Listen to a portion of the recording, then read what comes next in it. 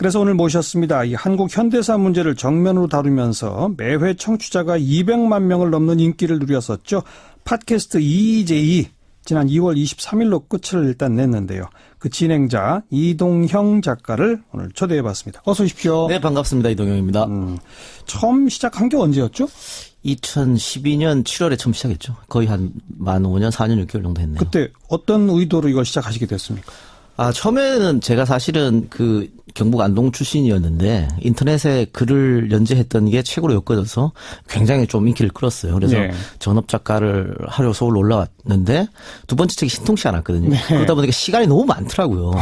그런데 그때 한참 나는 꼼수다 열풍이 불 때여서. 낙검수? 그렇죠. 예. 그 방송을 이렇게 들어봤는데 좀 건방스러운 얘기일 수도 있습니다만 내가 해도 저 정도는 할 것 같은데 네, 라는 네. 생각이 들었어요. 네. 그래서 처음에 이제 하게 됐고 처음에 이게 현대사를 가지고 또 정치를 엮어서 하는 계기는 우리 현대사가 좀 많이 뒤틀려 있지 않습니까? 예. 이런 걸 제대로 알려주면 유권자들이 투표할 때 많은 좀 도움이 되지 않을까 그런 것 때문에 주제는 현대사로 잡았던 것이죠. 유권자 투표 말하는 거 보니까 2012년도 대선이 있던 해잖아요. 그렇습니다. 그 해 대선에 영향을 좀 미쳐보자.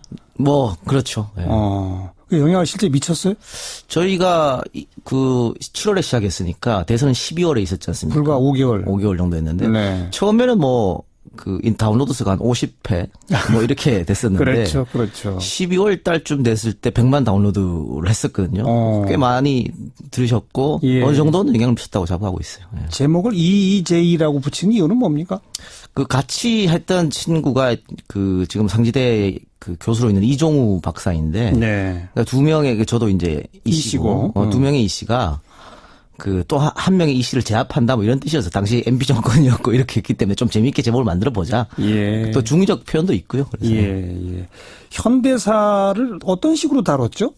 그러니까 우리가 학교 다닐 때 현대사 파트는 거의 마지막에 있지 않습니까? 잘 배우지 않아요. 거의 네. 끝무렵에 그냥 넘어가는 부분이고 또 시험에도 나오지 않으니까 학생들이 현대사에 대한 개념이나 이해가 좀 없다라고 생각을 했어요. 예. 그런데 교과서처럼 그냥 EBS 수능처럼 이게 알려주면 재미없어서 누가 듣겠느냐. 그렇죠. 그래서 대중들의 언어 혹은 조금 더 나가면 저잣거리 언어를 가지고 비속어도 좀 쓰면서 재미있게 풀어보자. 그러면서 비하인드 스토리도 좀 얘기하고 네. 그렇게 재미있게 이야기하는 게 그러니까 동네의 어떤 선배가 후배한테 얘기해주는 그런 형식 그런 방식을 좀 했었는데 그게 아마 재미있게 듣는 거에 네. 많은 도움이 됐던 것 같습니다. 이게 그러니까 일주일에 한 편씩 업로드 되던가요? 그렇습니다. 일주일에 그렇죠. 한 편씩. 네. 그리고 장장 5년이면 50회라고 쳐도 250회 네. 되는데 300회 가까이 했습니다. 300회. 그 현대사는 몇 년도부터 언제까지를 아주 세세한 사건까지 다 다룰 수 있었겠어요? 그렇죠. 사실은 300회 가까이 하면서 왜 더 하지 않느냐. 네. 이유는 여러 가지 있습니다만. 지난 2월 23일로 끝냈죠. 네. 그 중에 하나가 300회쯤 하다 보니까. 더 할 게 없어요? 예. 소재를, 소위 말하는 섹시한 소재를 찾는데 한계가 오더라고요. 그러니까 저희가, 보통 이제 일제시대 때부터 잡았거든요. 네, 그래서 네. 독립운동 이런 것도 했고. 그러다 보니까 웬만한 건 다 건드리지 않나 그런 생각이 들었어요. 일제, 독립, 해방, 그렇죠. 좌우 대립, 이승만, 박정희 그렇죠. 다 다뤘다고 봐야죠. DJYS, 까지 그럼요. 이명박, 박근혜까지 이명박, 박근혜는 안 다뤘어요. 안 다뤘어요? 네. 그건 왜요? YS까지라고 할까요? 네. 왜 그랬어요? 그러니까 저희가 현대사를 하면서 거의 해보면 옛날 이야기 하다 보면 요즘 정치랑 거의 비슷하게 맞아 들어가거든요. 네. 그러니까 우리 정치는 반면교사가 없는 것 같아요. 했던 일을 또 잘못 또 저지르고. 한번 배우면은 고쳐야 되는데. 그게 안 되더라고요. 못 바꾸죠. 네. 그러니까 우리가 이명박 정권 때 방송을 시작했으니까 예. 옛날 얘기하고 지금 얼마나 맞나 이렇게 하다 보니까 현재 얘기는 좀 안 했다 이렇게 봐야겠죠. 최고의 인기를 누렸던 방송은 뭐였습니까? 이게 우리 청취자분들이 귀에 들어오는 이름이 아닐 수도 있는데 박흥숙이라는 사람이 있었어요. 박흥숙? 네, 무등산 타잔이라고. 무등산 타잔. 그렇습니다. 박정희 네. 정권 때 네. 한 3명을 혼자서 살해한 어떻게 보면 살인마죠. 근데 그럴 수밖에 없었던 그 이면 아픔이 있었거든요. 그거를 풀었는데 예상외로 500만이 넘게 들어서 예. 그 편이 가장 많은 다운로드를 기록했죠. 본인이 가장 이게 좀 인상 깊었다라는 방송은 뭐였습니까? 저는 김재규 특집이 김재규. 네. 박정희를 쏴 죽인. 네. 김재규. 예. 처음부터 11월 당일부터 시작해서 마지막은 이제 그 김재규 일생을 훑어보는 거였었는데요. 한 2시간 정도 방송이었었는데 예. 그동안 그 다른 여타 언론에서 못 다뤘던 것도 또 못 다룬 기록들도 저희가 찾아내서 방송을 했고 네.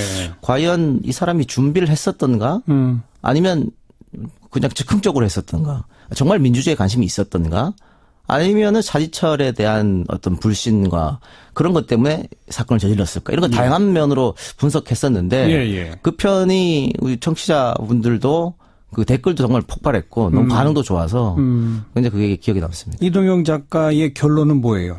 김재규가 정말 민주주의에 대한 진심이 있어서입니까? 차지철이 미워서입니까?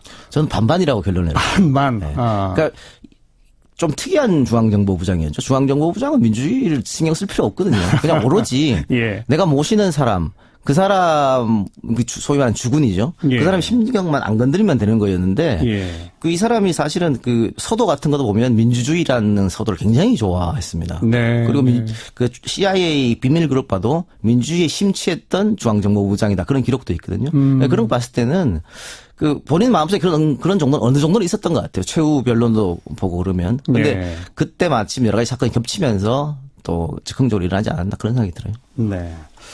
자, 팟캐스트가 지금 몇 개 정도 있습니까? 8,000개쯤 됩니다. 8,000개? 네. 와. 그 팟캐스트의 어떤 유형이랄까? 그러니까 정치 시사 문제를 다루는 쪽으로 그 좀 좁혀가지고 좀 분석해 보셨어요? 그러니까 지금 8,000개라고 하는데, 그러니까 매주 방송이 업로드되고 다운로드 받고 하는 것은 한 300여 개밖에 되질 않아요. 여기는 네. 이제 부익부, 빈익비 현상이 일어나거든요. 그렇겠죠, 아무래도. 네. 또 탑 20 정도 안에 들어와야 광고 수입이 또 들어오는 거고. 네. 사실 팟캐스트 제작이 열악하지 않습니까? 작가도 없고 PD도 없고 출연진이 알아서 뭐 이렇게 하는 건데 지금 같은 경우에는 거의 그 높은 순위는 정치 시사 쪽으로 몰려 있어요. 네. 그러니까 뭐 영화라든가 코미디라든가 다른 분야 음악이라든가 뒤쪽으로 이제 순위가 많이 밀려 있거든요. 예. 제가 분석한 결과는 왜 정치 시사 팟캐스트만 이렇게 흥할까? 네. 결국은 기존 지상파 방송이라든가 종편에서 다루지 않는 것들을 팟캐스트 정치에서 다루기 때문에 여기에 많이 몰리는 게 아닐까. 그러니까 소위 말해서 야권 지지자들은 지금의 언론 지형을 기울어진 운동장으로 표현하지 않습니까? 예. 그러다 보니까 우리 얘기를 해줄 때가 팟캐스트밖에 없다라고 해서 거의 정치 시사 분야에 많이 몰리는 것 같아요. 정치 시사가 상위 20등은 거의 다 거의 다 차지하고 차지하는데 있다고 봐야죠. 그 상위 20등 다 좀 비교적 진보적 그렇다고 봐야죠. 그렇다고 봐야 되겠죠? 그 거의가 아니고 100%? 다라고 보면 됩니다. 네. 그 이것의 영향력은 어느 정도라고 보세요, 그러면? 지상파, 종편 이거랑 좀 비교해서 볼 때. 저는 그 이번 총선 지난 4월에 있었던 총선에서는 종편 대 팟캐스트의 싸움이었고 전 팟캐스트 승리를 했다고 결론을 내립니다. 종편 대 팟캐스트의 싸움이라고까지 말해요? 네. 오. 그러니까 그 종편에서 어떤 의제를 선정하고 이렇게 하면 팟캐스트에서 그것을 뭐 깨부수는 역할이라고 할까요? 네. 그런 게 해서 대결 구도가 좀 됐었거든요. 예. 그리고 실질적으로 그 탑3 안에 들어가는 팟캐스트 같은 경우에는 거의 한 평균 300, 400만 다운로드가 이어지기 때문에 네. 또 이 팟캐스트를 듣는 사람들이 굉장히 충성적입니다. 본인만 듣는 게 아니고 이 논리를 다른 사람한테 전파하는 사람들이 퍼날르고. 그렇죠. 예. 그리고 뭐 이게 제약이 없어요 방송에. 그러다 보니까 선거 기간에도 일방적으로 야당의 어떤 나오는 의원 후보들을 불러서 일방적으로 홍보를 해줘도 네. 아무런 제한이 없으니까 네. 그런 점에서 아마 굉장히 보수 쪽에서는 답답했을 거예요 반면에. 하긴 종편의 시청률 이런 걸 따져봐도 수백만 건 다운로드라면 그렇죠. 뭐 비슷비슷하게 네네. 볼 수 있다. 그런 거겠죠? 그렇죠. 그리고 다시 한번 말씀드리면 결국은 충성도거든요. 네. 예를 들면은 저희 EJ 방송의 그 총선 때 그 부산의 박재호 의원이 후보가 나왔었었는데 나오고 나서 본인도 살면서 이렇게 관심을 받아본 적이 처음이라는 거죠. 그래요. 후원이 뭐 쏟아지고 뭐 사무실로 보약이 막 들어오고 방송 나가고 나서 그렇죠. 예. 그리고 다 이 듣는 사람들이 충동도가 없다 보니까 부산에 사는 친지들한테 전화해서 그 사람 뽑아달라고 이렇게 하고 이런 지형은 처음 봤다고 하는 거거든요. 예. 이번 최순실 게이트와 촛불 전국에서는 팟캐스트 영향이 어떻다고 보십니까? 사실은 그 제가 2014년 4월이죠. 그러니까 한 지금 2, 3년 전인데 네. 그때 이 최태민 특집을 제 방송에서 했었어요. 오. 그때 최태민 특집에 최태민, 정윤회, 최순실 지금 문제됐던 게 다 나옵니다. 김기춘. 예. 그런데 그때 지상파에서 다뤄주지 않았잖아요. 그렇죠. 근데 그게 뒤늦게 터진 거죠, 어떻게 보면. 그래서 너무 팟캐스트가 이 소위 말하는 그 사회 지도층들한테 조금 편매당하고 무시당했던 게 아닌가. 네. 주류 언론들한테. 예. 그때 우리 방송했던 걸 조금 귀담아 들었다면 좀 더 빨리 국정농단 사태가 터지지 않았을까 뭐 이런 생각 들고요. 그러네요. 2014년 3년 전인데. 그렇죠. 예. 네. 그때 좀 취재를 하니까 금방금방 다 나와요? 최태민, 나왔습니다. 최순실까지 나왔어요. 네, 그리고 그때 또 저희가 이상호 기자 또 주진우 기자도 한 번씩 모셔서 방송을 했거든요. 그러니까 이상호 기자, 주진우 기자는 벌써 몇 년 전부터 그 최순실에 대해서 취재를 했었던 사람이기 때문에 우리가 조사했던 자료하고 발로 뛰었던 취재 기자들 거 자료하고 합쳐지니까 굉장히 시너지 효과가 났던 거죠. 결국은 방금 주류 언론이라고 그랬는데 뭐 이제 어디가 주류인지 모르겠습니다만 아무튼 뭐 지상파, 종편 이런 데들이 조금만 관심 가지면 그렇죠. 드러낼 수 있는 건데 아예 관심이 없었거나 금기시했거나 저는 그 직무유기라고 봐요. 직무유기. 언론이 가장 큰 역할은 권력 감시 아닙니까? 예. 그 권력 감시를 제대로 안 했다고밖에 볼 수 없는 것이죠. 예. 권력 감시를 제대로 못하게 또 하죠. 정권은. 그렇죠. 그것도 있고요. 그렇죠. 그렇기 때문에 우리 같은 사람이 팟캐스트 가서 소위 말하는 독립 언론이라고 이야기하고 하고 싶은 이야기를 막 하는 거죠. 네. 팟캐스트를 주로 듣는 청취층들을 분석해 보셨나요? 그 처음에는 젊은 층이 많이 들었어요. 네. 많이 들었는데 요즘은 그 저희한테 뭐 메일 오고 이런 거 보면 굉장히 연령이 높으신 분들도 굉장히 많이 듣고 있다. 그래요. 그리고 사실 누가 듣는지 세대는 파악이 안 되거든요. 하긴 그렇죠. 근데 어디서 듣는지는 이제 파악이 되는데 어디서 들어요? 그 외국에서도 상당히 많이 들어요. 예. 물론 한국에서 한 90% 이상 90% 정도 듣지만 외국에서도 유학생들이라든가 우리 저 이민자 여러분들도 상당히 많이 듣고 있어요. 네. 주로 그리고 요새는 스마트폰으로들 많이 거의 스마트폰이죠. 그렇죠. 네. 팟캐스트는 스마트폰이 없었으면은 이렇게 시장이 발전을 못했죠. 네. 자, 이번에 이 전문 인터뷰어인 지승호 씨하고의 인터뷰를 쭉 묶어서 우리가 무관심할 때 괴물은 깨어난다. 네. 이런 책을 내셨더라고요. 네. 이 책을 내시게 된 또 계기는요? 그러니까 결국은 제가 그 팟캐스트를 하면서 현대사를 했던 거는 현대사를 알게 되면은 유권자들이 제대로 투표를 할 것이다라는 인식이 있었던 것이고요. 네. 이번에 이 책은 우리가 특히 젊은 층들 노년층보다 투표율이 상당히 낮지 않습니까? 네. 그러면서 정치에 무관심한 게 굉장히 쿨한 건 줄 알거든요. 난 뭐 관심 없어. 다 똑같은 사람들. 예. 근데 그게 어떻게 보면 정치 혐오증인 거고. 그렇죠. 정치 무관심인데 그것도 그 군사 정부에서 만들어낸 의도적인 거였거든요. 근데 그 지금까지 이어져 오면서 정치를 멀리 하는 게 쿨한 것처럼 보인다. 그러니까 그래서 정치는 우리랑 밀접한 관계가 있고 우리 생활에 밀접한 관계가 있기 때문에 정치에 관심을 안 가지면 안 된다는 이야기를 하고 싶어서 이번에 지작가와 같이 이제 책을 내게 된 겁니다. 여기서 괴물은 깨어난다. 우리가 무관심할 때. 괴물이 뭐예요? 뭐 이번 국정농단 사태도 그랬지만 우리 유권자들이 정치 관심을 좀 많이 가지고 2012년도에 제대로 투표를 했다면은 과연 이런 국정농단 사태가 있었을까? 예. 그런 의미였습니다. 그러니까 관심 안 갖고 투표 참여도 안 하고 하니까 괴물이 만들어지는 거 아니냐. 결국은 그런 것들은 국민들한테 그대로 돌아오는 거지 않습니까? 그런 의미였어요. 네. 지금 그래도 2017년 현재까지 조사된 자료를 보면 그 어느 때보다 젊은 층이 이번 대선에는 나 꼭 투표하겠습니다. 이런 게 상당히 높게 나온다고 그러지 않습니까? 네. 그런 게 좀 느껴지세요? 그것이 지난 총선에 조금 입증된 거 아니겠습니까? 사실 총선 투표율이 거의 뭐 민주화가 되고 나서는 50% 60% 여기서 왔다 갔다 했었는데 지난 총선 때는 다른 총선 때보다 훨씬 많은 젊은 층이 투표를 했고 그 결과가 아마 또 야권의 승리로 이어지지 않았나 싶었는데 이번 대선도 그 효과가 있을 것 같고요. 또 하나는 예전 대선처럼 한겨울에 치러지는 게 아니고 그렇죠. 5월 따뜻할 때 치러지기 때문에 조금 투표장으로 젊은 층이 많이 유입되지 않을까 뭐 이런 생각은 있습니다. 네. 이 책에 보면 안희정의 딜레마, 문재인의 딜레마, 뭐 박원순의 결정적 실수 지금 아주 그냥 따끈따끈한 얘기들이 막 나오고 있거든요. 그러니까 문재인의 딜레마는 뭐예요?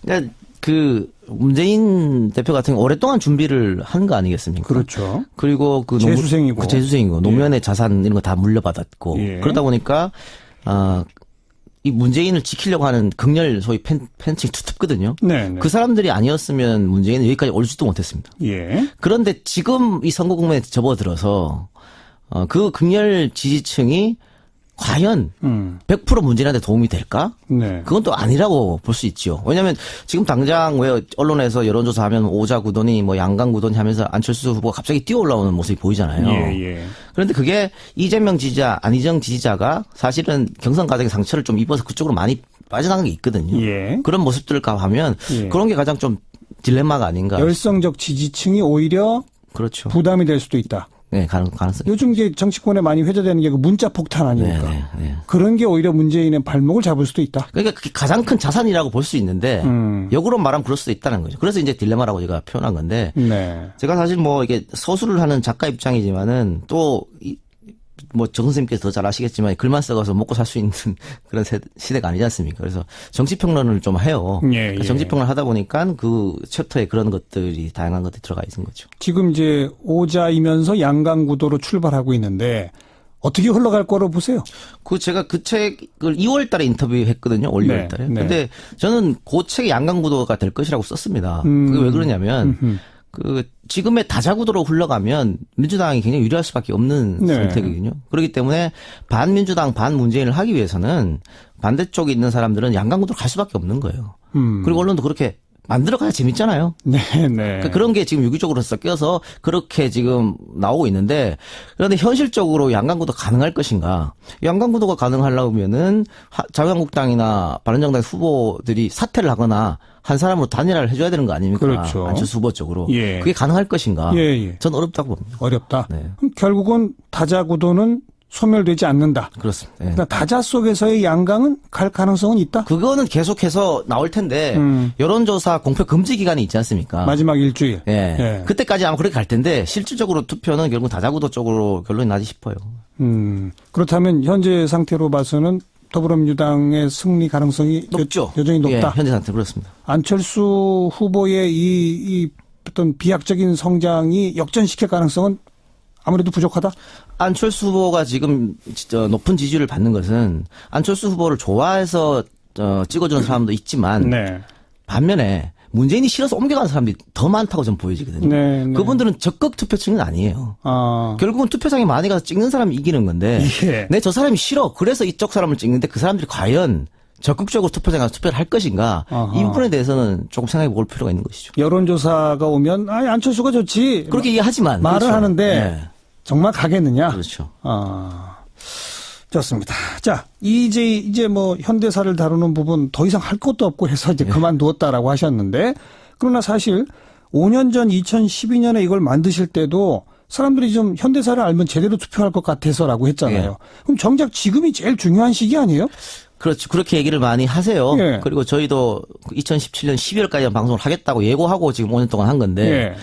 빨리 한 건 어쨌든 조기 대선이 이루어졌기 때문에 좀 빨리 저희가 종영을 한 거고 우리가 마지막에 사실은 논란이 좀 방송에서 많이 있었어요. 그러니까 저의 입장에서는 그 이재명 후보나 안희정 후보를 자극하지 않는 게 경선 이후로 도움이 된다라는 것. 그래서 문재인 그 지지자들에게 계속해서 좀 참음을 강요를 했었거든요. 예. 근데 그 부분이 그 문 후보 측 지지자들한테 굉장히 상처가 되는 것 같아요. 예. 그래서 저희가 방송을 하나 업로드 할 때마다 예.